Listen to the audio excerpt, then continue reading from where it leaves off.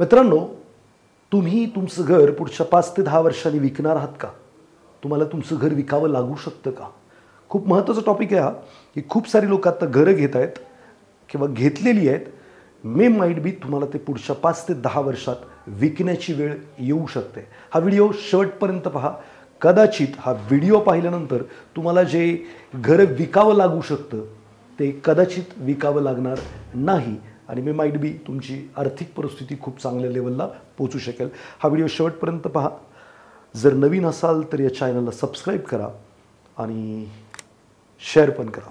नमस्कार, मी आकाश गोंदावले. मागचे 22 वर्ष झालं फायनान्समध्ये काम करतो आहे. खूप साऱ्या लोकांना आर्थिक साक्षरताच्या माध्यमातून आर्थिक स्टेबिलिटी देण्याचं काम केलं आहे. आजचा विषय फार महत्त्वाचा आहे. कारण का की जर तुम्ही आज या विषयाकडे दुर्लक्ष केलं तर तुम्हाला खूप काही वर्स्ट परिस्थिती भविष्यात पाहावी लागू शकते. माझा टॉपिक होता की आज जे काही तुम्ही घरं घेतलेत, 2 वर्षापूर्वी घेतलेत किंवा आत्ता घेत आहात किंवा अजून 2 वर्ष जे लोक घरं घेणार आहेत, या लोकांना पुढच्या 5-10 वर्षांनी कदाचित त्यांची घरं विकण्याची वेळ येऊ शकते.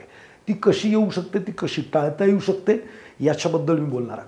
सगळ्यात महत्त्वाची गोष्ट, तुम्ही जे काही घर डाऊन पेमेंट भरून घेत आहात, मे माईट बी आत्ता जे काही AI येत आहे, आर्टिफिशियल इंटेलिजन्स, याच्यामुळं असं म्हटलं जातं आहे की आत्ता जो काही कोणी विद्यार्थी आहे त्याला या जीवनामध्ये कमीत कमी 6 टाईम रिलर्न करायला लागेल. कारण एवढा फास्ट AI चेंजेस येणार आहेत. पहिले इंजिनियर झालं तर आपण लाईफ टाईम इंजिनियर राहत होतो. आत्ता मात्र आपल्याला कंटिन्यू ही लर्निंग प्रोसेस करत राहायला लागणार आहे. तरच आपण अर्निंगच्या कॅपेबल राहणार आहे. बघा, तुम्ही आज घर घेताय, डाऊन पेमेंट करताय, पुढच्या 20 वर्षाचे हप्ते तुम्ही निवडताय, पण तुम्ही जे काही हप्ते भरणार आहात, ज्या पगाराच्या जीवावरती तुम्ही ते घर घेत आहात, मे माईट बी AIमुळे किंवा आर्टिफिशियल इंटेलिजन्समुळे तुमचा जो जॉब आहे तो पुढे कंटिन्यू राहील का नाही याची गॅरंटी नाही.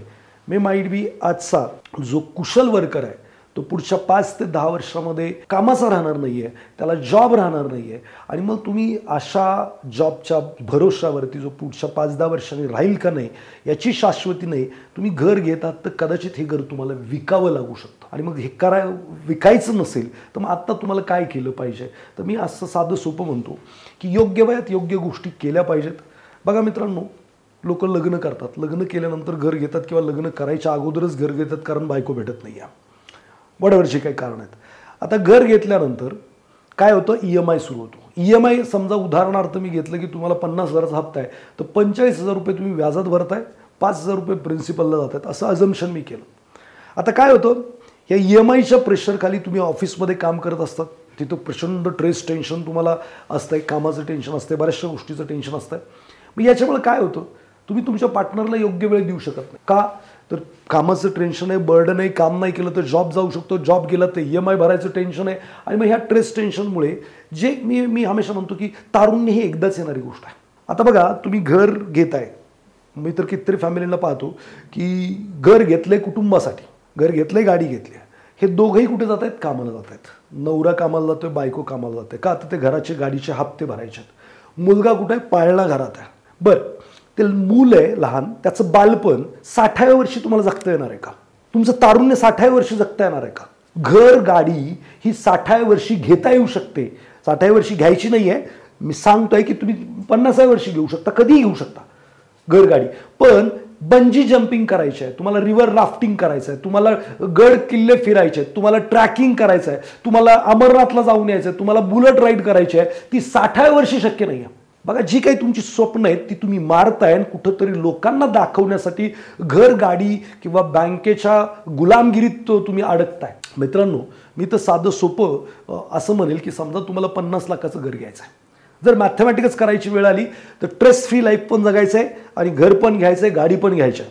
तर साधं सोपं तुम्ही काय, मी असं म्हणतो की 50 लाखाचं घर घ्यायचं आणि तुम्ही 10 लाख रुपयाचं डाऊन पेमेंट करता. ठीक आहे, 10 लाख रुपयाचं डाऊन पेमेंट करण्याऐवजी त्याचं काय करा, म्युच्युअल फंडला टाकून द्या. 12% रिटर्न मिळाले. 10 लाख रुपयाचे 12% जर गणित केले, हे 10 लाख रुपये 12%, 20 वर्षानंतर टेंटेटिव्हली त्याची अमाऊंट होते 1 करोड रुपये. दुसरं, जे 40 लाखाचं कर्ज काढताय त्याला साधारणपणे 38,000चा हप्ता जातोय. मी म्हणतो की त्याच्यातला अर्धा हप्ता आहे ना, तुम्ही स्वतःच्या जगण्यावरती खर्च करा. 20,000 रुपये तुमच्या जगण्यावरती खर्च करा. फिरायला जा, मुलांबरोबर वेळ घालवा, बायकोबरोबर वेळ घालवा, हॉटेलिंग करा. जे काही तुम्हाला या वयात करणं शक्य आहे, जे पुढच्या वयात शक्य नाही आहे म्हातारपणाचं, ते आत्ता करून घ्या. मरताना रिग्रेट राहील की चला कुठं लोकांना दाखवण्यासाठी गरण गाडी. बघा, गरण गाडी इथून मागच्या लोकांनी पण घेतले किंवा त्या वया काळात जे महत्त्वाचं होतं ते घेतलं. आज किती लोक आठवतात त्या लोकांना की बाबा यांनी घर घेतलं होतं, गाडी घेतली होती.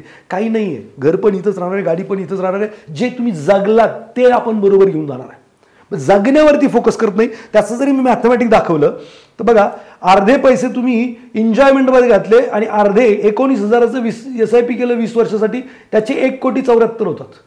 म्हणजे तुमच्याकडं 20 वर्षानंतर हे 2.25 कोटी ते 1 कोटी, म्हणजे तुमच्याकडे 2.25 कोटी रुपये आहेत. आणि तुमच्या घराची कॉस्ट सुद्धा 6% वाढेल असं मी कन्सिडर केलं की तुमचं 50 लाख रुपयाचं घर सुद्धा महाग होईल.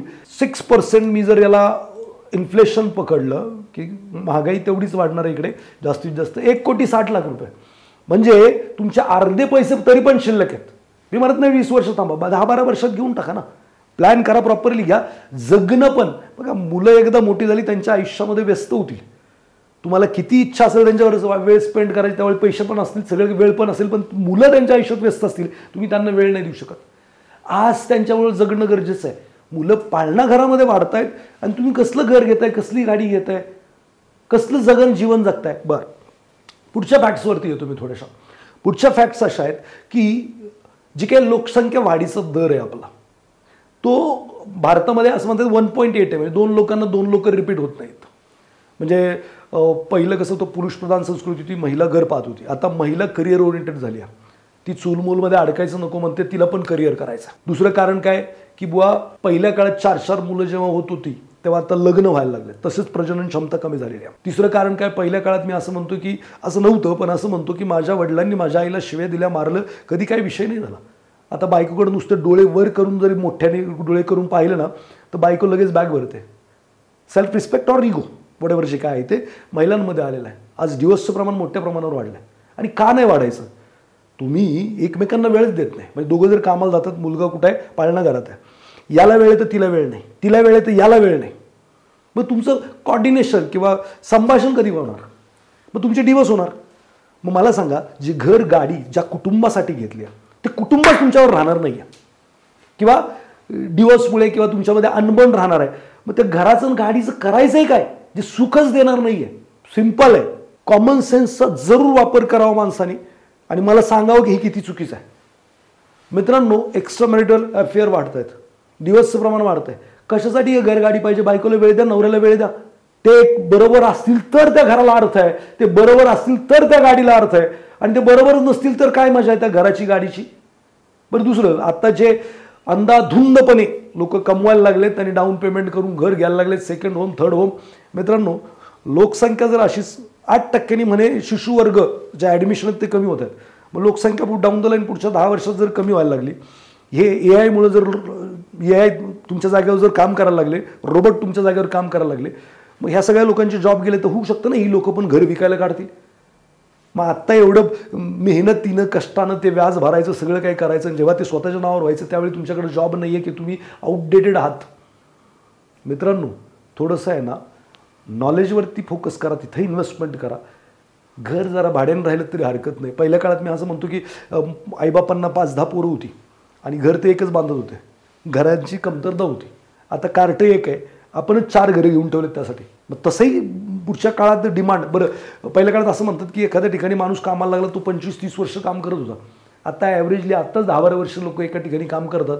होऊ शकतं आपली मुलं जेव्हा कामाला लागतील तेव्हा त्या ॲव्हरेजली 2-3 वर्ष एका ठिकाणी काम करतील. मग त्यांना परमनंट रेसिडेन्सची गरज आहे का, थोडासा विचार करण्याची गरज आहे. घर गाडी हे काही स्टेटस ऑफ सिम्बॉल लोकांनी जे करून ठेवलं आहे, स्टेटसचं सिम्बॉल करून ठेवलं, ते चुकीचं आहे. साहेब, तुम्ही सुखी किती आहेत ना, हे जास्त महत्त्वाचं आहे. आणि मी जेव्हा लोकांशी आता 1 to 1 भेटतो, बोलतो, आता फायनान्स रिलेटेड माझे विषय असतात, सगळे लोक त्रस्त आहेत. त्यांना कळत नाही आहे की नक्की काय करायचं. घरात अनबन आहे का, तर ती EMIचे पैसे जात आहेत, ऑफिसमध्ये प्रॉब्लेम्स आहेत कारण एवढं टेन्शन आहे तरी पण जॉब सोडू शकत नाही आहे, जर तो सोडला तर पोरांच्या शिक्षणाचं काय, बायकोचं काय, बायको टेन्शनमध्ये, नवरा कुठं जातोय त्याचा तपासच नाही आहे, दिवसभर तो कामातच आहे, त्याला वेळच नाही घरात द्यायला. हे असलं लाईफ जगायचं आहे का तुम्हाला? बघा, मी हे जे यूट्यूब चॅनलच्या माध्यमातून हे अवेअरनेस देण्याचा प्रयत्न करतो आहे. आणि मित्रांनो, मी काय म्हटलं, अर्धे पैसे तुम्हाला जो EMI आहे ना ते स्वतःच्या जगण्यावरती खर्च करा. ट्रिपला जा. मला सांगा, डोळ्याची खाचरं झालेत, 60व्या वर्षी 70व्या वर्षी अमेरिका फिरायला गेलात, लिबर्टी ऑफ स्टॅच्यू काय दिसणार आहे? 60व्या वर्षी गुडघे काम करत नाही आहेत, फिरायची इच्छा होणार आहे का? ट्रिक करता येणार आहे का? जे आत्ता केलं पाहिजे ते आत्ता करा. घर होईल, गाडी होईल, जरा लेट होईल, लोक नावं ठेवतील, याच्या पलीकडे काय होईल? आणि दुसरं, जे काही दादा सुजान पालक आहेत, मुलीचं लग्न बंगलाच पाहिजे, गाडीच पाहिजे, थोडंसं कॉमन सेन्स वापरा. जर मुलीचं लग्न करताय तर मुलाचं सिबिल चेक करा, त्याच्या इन्व्हेस्टमेंट चेक करा. जर त्याच्या इन्व्हेस्टमेंट घराच्या डाऊन पेमेंट आणि गाडीच्या डाऊन पेमेंटपेक्षा जास्त आहे तर त्याच्याकडं घर आणि गाडी आहेच आहे, आणि तो झपाट्याने ते पैसे वाढणार आहेत, तोही काम करणार आहेत, ते पैसेही काम करणार आहेत. सिबिल चेक करा ना. घर गाडी बघून देताना त्याने कुठून डाऊन पेमेंटसाठी पैसे गोळा केलेत कळून जाईल ना. त्याचं घर बघताय फक्त तुम्ही, वा वा वा किती भारी घर आहे, किती भारी गाडी आहे, पण त्याच्यावरती कर्ज किती आहेत हे नाही बघत आहे तुम्ही. ते घर पण बँकेचं आहे, गाडी पण बँकेची आहे. उद्याच्याला त्याचा जॉब जर गेला ना तर तुमची पोरगी तशी रस्त्यावरच आहे. घर वाटतं डाऊन पेमेंट केल्यानंतर आपलं आहे, पण ते असतं बँकेचं. सो लग्नाच्या बाबतीत जे पालक आहेत, मी त्यांना सगळ्यांना विनंती करेल, मित्रांनो तुम्ही आता ह्या आविर्भावात जाऊ नका. घर लय महाग होतोय आणि गाडी लय महाग होती, काही महाग बी होत नाही. परिस्थिती निर्माण होते, पैसे वाढत आहेत, चलन पण वाढतंय ना तेवढं. पहिल्या काळात 500ची नोट बघायला मिळत नव्हती, आता ऊत आलाय. सो कॉमन सेन्स वापरा. महाग होतंय ठीक आहे, पण किती होत आहे? खरंच तुमच्या रिटर्न्सपेक्षा जास्त महाग होते का? नाही होते.